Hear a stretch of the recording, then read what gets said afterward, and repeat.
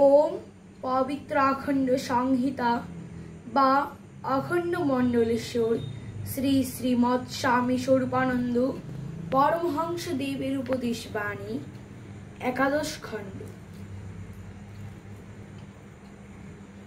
अखंडेर गुरु परम्परा। युवक बलिलेन किन्तु सकल सम्प्रदाय गुरु परम्परार परिचय देवार प्रथा आछे। आमादेर गुरु परम्परा परिचय की होबे? श्री श्री बाबामणि बलिलेन तोमादेर गुरु परम्परा परिचय होबे परब्रह्म अखंड नाम स्वरूपानंद। एर माझखाने आर अन्य कोनो परिचये तोमादेर पथ नेই। युवक बलिलेन आपनार सम्पर्के केउ केउ बोलेन आपनि स्वयं सन्त निज स्वभावेই परमहंस। केउ केउ बोलेन आपनार अनेकजन गुरु। आमादेर केउ किछु जिज्ञासा करले आमरा सठिक जवाब दिते पारी ना, ताते लज्जित होते हय। श्री श्री बाबामणि बलिलेन तुमी तोमार गुरुते निष्ठाबान। এই কথাটুকু যতক্ষণ তোমার পক্ষে সত্য ততক্ষণ এসব প্রশ্নের জবাব দিতে পারো না বলে তোমার লজ্জার কিছু আছে বলে মনে করা ভ্রম মাত্র। আমার নিজের জীবন কথা আমি নিজে কি বলবো? জগতে কেউ বুঝি সাহস করে নিজের জীবন কথা বলতে পারেন না। যিশু, বুদ্ধ, রামকৃষ্ণ প্রভৃতিরাও নিজেদের জীবনের সকল কথা বলে যেতে সাহস পাননি। তাদের জীবনের সবচেয়ে যেটুকু অসাধারণ সময় সেইটুকু সম্পর্কে নিজেরা কিছুই বলেননি। বলতে বসেছেন অন্য লোকেরা যারা সেই সময়ে তাদের জানেননি। আমি বা সাহস করে নিজের সেই সময়কার কথা বলবো কেমন করে, যে সময়ের কথা বলতে ওদের মতন মহাপুরুষেরও অসাধারণ অরুচি দেখা যায়।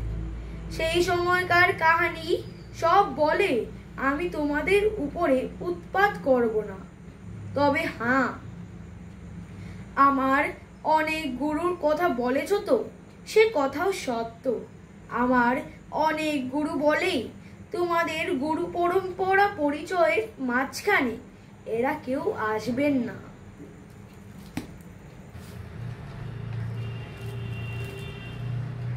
ओम पवित्र अखंड संहिता नवम खंड। गुरुबाद। अपराह्ने चारिघटिकाय श्री श्री बाबामणि लाहिरिया सराई हইতে দ্বারভাঙ্গা আসিতেছেন।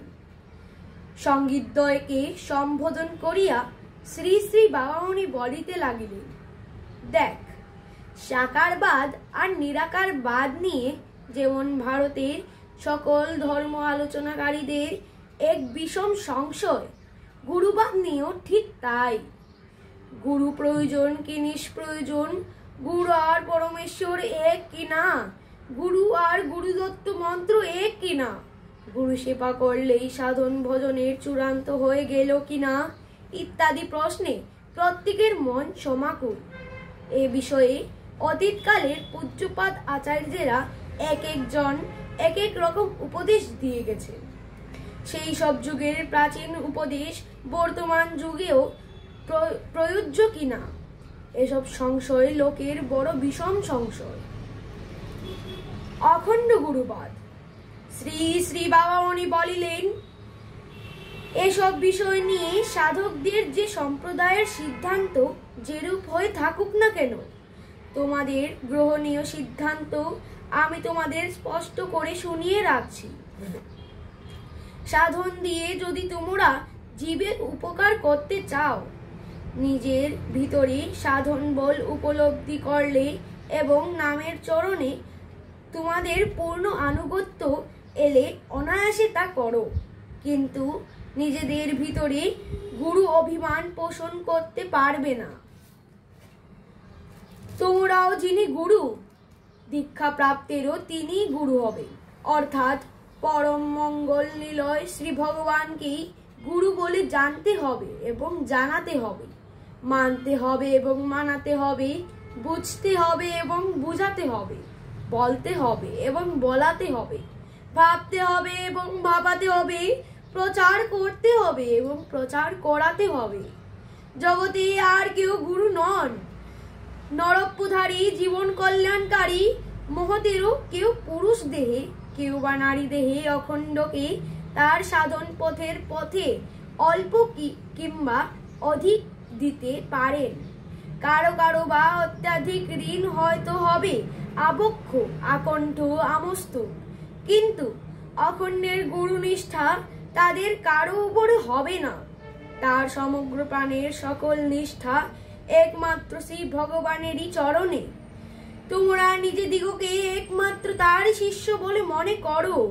তোমরা তোমাদের দ্বারা দীক্ষিত ব্যক্তিগত দিগকে তারই শিষ্য বলে গণনা করো এবং গণনা করাও।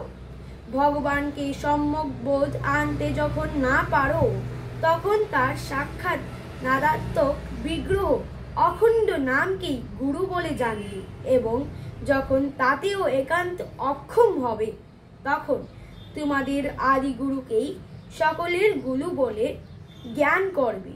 দীক্ষাদাতা দীক্ষিত নির্বিশেষে আর সকলকে পরস্পর জ্যেষ্ঠ কনিষ্ঠ বিশেষে গুরুভ্রাতা মাত্র থাকবে। ব্যক্তিগত গুরুবাদের উচ্ছেদ।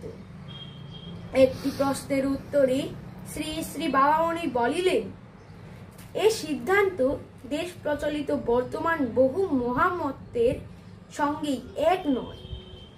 এই জন্য তোমাদের নিষ্ঠা আরোপে ক্লেশ হতে পারে। দেশকালের প্রভাব অতিক্রম করে তোমাদের পক্ষে সম্ভব হবে না।